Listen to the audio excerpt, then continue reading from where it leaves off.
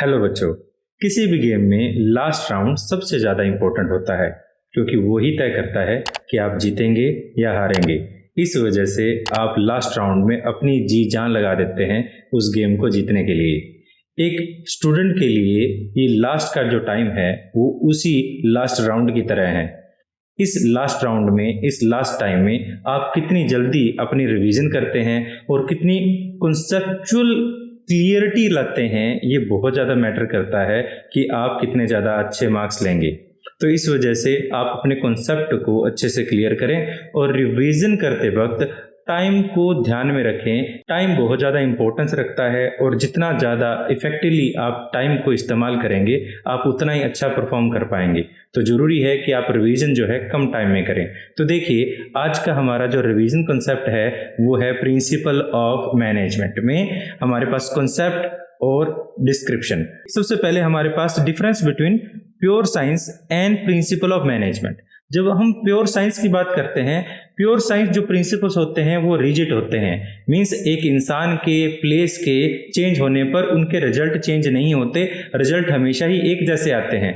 पर जो principal of management है वो फ्लेक्सिबल होते हैं और डील करते हैं, क्योंकि ह्यूमन बिहेवियर से जैसे एक इंसान जो है चेंज होता है, उसका नेचर चेंज होता है, उसी प्रकार हमारे प्रिंसिपल ऑफ मैनेजमेंट भी चेंज होते रहते हैं। एक ऑर्गेनाइजेशन में बहुत सारे टाइप के लोग होते हैं, अलग अलग बिहेवियर, अलग अलग नेचर के लोग होते हैं, अलग अलग सेंस ऑफ ह्यूमर के लोग होते हैं। इस वजह से प्रिंसिपल ऑफ मैनेजमेंट भी अलग अलग तरीके से लागू होते हैं हमारे अलग अलग टाइप के ऑर्गेनाइजेशन में। तो हमारे पास प्रिंसिपल ऑफ मैनेजमेंट कितने हैं? अगर हम type of principle of management की बात करें, वैसे तो बहुत सारे हैं, बट जो ज़्यादा फेमस रहे हैं, जो आपके सिलेबस में है, वो Fayol's principle of general management और Taylor's principle of scientific management. Fayol principle जो है उनको फंडामेंटल प्रिंसिपल ऑफ मैनेजमेंट भी बोला जाता है और 14 प्रिंसिपल ऑफ मैनेजमेंट भी बोला जाता है। यहां पर हमारे पास साइंटिफिक प्रिंसिपल ऑफ मैनेजमेंट भी बोला जाता है या टेलर्स प्रिंसिपल ऑफ मैनेजमेंट भी बोला जाता है। फ्योल प्रिंसिपल को फ्योलिज्म भी बोला जाता है। आगे हमारे पास है फीचर्स। प्रिंसिपल ऑफ मैनेजमेंट के फीचर्स क्या है? तो सबसे पहले यूनिवर्सल एप्लीकेबिलिटी। चाहे ऑर्गेनाइजेशन कितना ही बड़ा क्यों ना हो, चाहे छोटा ही क्यों ना हो, बट हर प्रकार के छोटे और बड़े, प्रॉफिट और नॉन प्रॉफिट, हर प्रकार के ऑर्गेनाइजेशन में प्रिंसिपल ऑफ मैनेजमेंट अप्लाई होते हैं। तो ये इसका है first feature, universal applicability. But ये याद रखिएगा, यूनिवर्सल वैलिडिटी और यूनिवर्सल एप्लीकेबिलिटी अलग अलग होते हैं। हमारे प्रिंसिपल्स ऑफ मैनेजमेंट जो होते हैं यूनिवर्सल एप्लीकेबल होते हैं। तो आगे हमारे पास देखिए, आगे है जनरल गाइडलाइंस। जो प्रिंसिपल ऑफ मैनेजमेंट है वो जनरल गाइडलाइंस हैं, बट वो किसी प्रकार का रेडीमेड या फिर स्ट्रेट जैकेट सोल्यूशन मैनेजमेंट को प्रोवाइड नहीं करती है। क्यों नहीं करती है? क्योंकि जो रियल बिजनेस सिचुएशंस होती हैं, रियल बिजनेस एनवायरनमेंट होता है, वो बहुत ही कॉम्प्लेक्स होता है एंड डायनेमिक भी होता है। इस वजह से अलग अलग टाइप के रिजल्ट्स हमारे पास निकल कर आ सकते हैं and are result of many factors, और बहुत सारे फैक्टर्स पे भी डिपेंड होता है हमारा रियल रिजल्ट्स। तो यहाँ पर बिजनेस एनवायरनमेंट जो है वो डायनेमिक होने की वजह से और कॉम्प्लेक्स होने की वजह से हमारे जो प्रिंसिपल ऑफ मैनेजमेंट है वो सिर्फ जर्नल गाइडलाइंस की तरह है। एक मैनेजर को गाइडलाइन प्रोवाइड करते हैं, वो मैनेजर का खुद का विवेक है, खुद के डिसीजन है कि वो उन प्रिंसिपल्स को कैसे अप्लाई करेगा। आगे हमारे पास found by practice and experiments. जिस तरह से हमारे साइंटिफिक प्रिंसिपल्स होते हैं वो काफी बार लेबोरेटरी में भी बनाए जाते हैं, लेबोरेटरी में भी ऑथेंटिकेट किए जाते हैं, बट हमारे यहाँ पर जो प्रिंसिपल ऑफ मैनेजमेंट है वो लेबोरेटरी में तो चेक नहीं किए जा सकते, बट ये प्रैक्टिस और एक्सपेरिमेंट इन पे जरूर रहता है। एक्सपेरिमेंट का मतलब ये नहीं है लैब वाला एक्सपेरिमेंट। एक्सपेरिमेंट का मतलब ये है कि उनको चेक किया जाता है रियल सिचुएशन में अप्लाई करके, और चेक किया जाता है कि ये रिजल्ट जो है हर बार एक जैसा दे रहे हैं या नहीं दे रहे। तो इसके अलावा जो प्रिंसिपल ऑफ मैनेजमेंट का एक फीचर हमारे पास है फ्लेक्सिबिलिटी। फ्लेक्सिबिलिटी हम पहले ही बात कर चुके हैं शुरुआत में ही, कि हमारे पास जो प्रिंसिपल ऑफ मैनेजमेंट होते हैं वो रिजिड नहीं होते साइंस की तरह। ये फ्लेक्सिबल होते हैं, बदलते हुए एनवायरनमेंट की तरह इनको मॉडिफाइड किया जाता है। Management in life of given situation, और अलग अलग सिचुएशन में वो किस तरह से अपने डिजायर गोल को अचीव करेंगे वो ये चेक करते हैं। वो मैनेजर का ही खुद का डिसीजन रहता है कि उनको वो कैसे अप्लाई करेगा, क्योंकि एनवायरनमेंट जो है कॉम्प्लेक्स है और डायनेमिक भी है, तो हमारे प्रिंसिपल भी रिजिड नहीं हो सकते, उनको भी क्या होना चाहिए, उनको भी फ्लेक्सिबल होना चाहिए, और प्रिंसिपल ऑफ मैनेजमेंट हमारे फ्लेक्सिबल ही हैं। उसके बाद है मेनली बिहेवियर। देखिए, क्योंकि एक मैनेजर जो होता है ह्यूमन बिहेवियर से डील करता है, और एक अलग अलग इंसान अलग अलग प्रकार से बिहेव करते हैं। काफी तो ऐसे लोग होते हैं गुस्सा कर दो काम कर देते हैं, और काफी ऐसे भी होते हैं गुस्सा करने के बाद काम नहीं करते हैं। तो ये एक अलग अलग इंसान का बिहेवियर है। तो एक मैनेजर को अलग अलग पर्सन के साथ कैसे डील करना पड़ेगा, तो वहां पर हमारे पास ये बिहेवियरल स्टडी है कि हम अपने ह्यूमन रिसोर्सेज के साथ किस तरह से डील करेंगे और उनको किस तरह से मोटिवेट रखेंगे और अपने डिजायर गोल को किस तरह से अचीव करेंगे।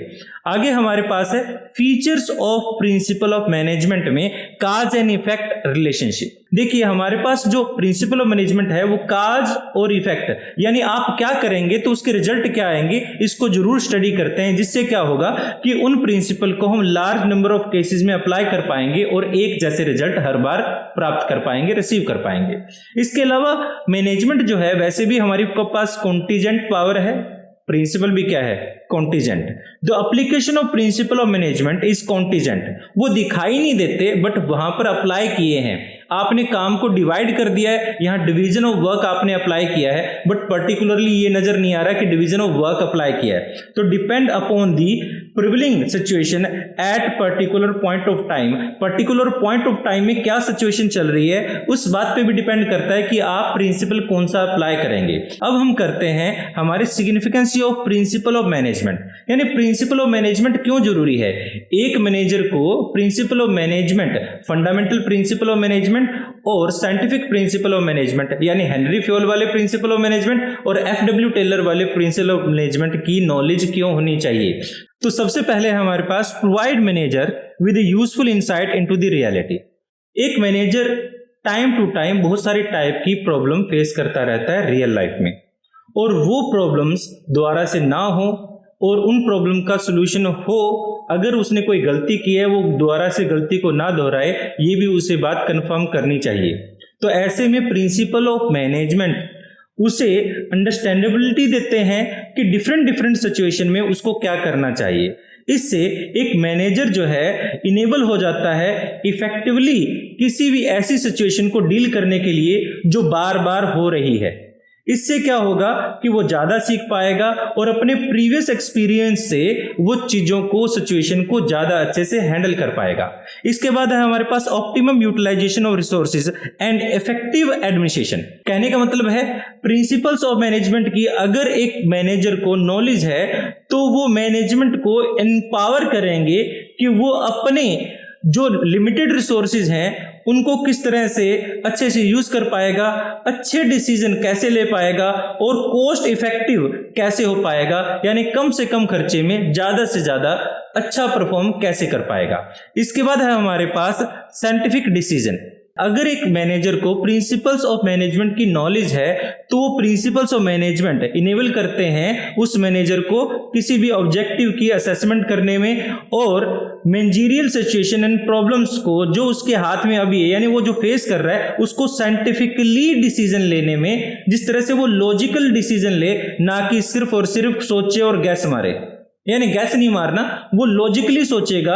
अगर उन्हें प्रिंसिपल्स ऑफ मैनेजमेंट की नॉलेज है तो वो ज्यादा अच्छा गैस कर पाएगा, गैस तो नहीं कहेंगे यहाँ पर, ज्यादा अच्छा लॉजिकल डिसीजन ले पाएगा, क्विक डिसीजन ले पाएगा, जिससे कि ऑर्गेनाइजेशन के ऑब्जेक्टिव को अचीव करने में हेल्प मिले।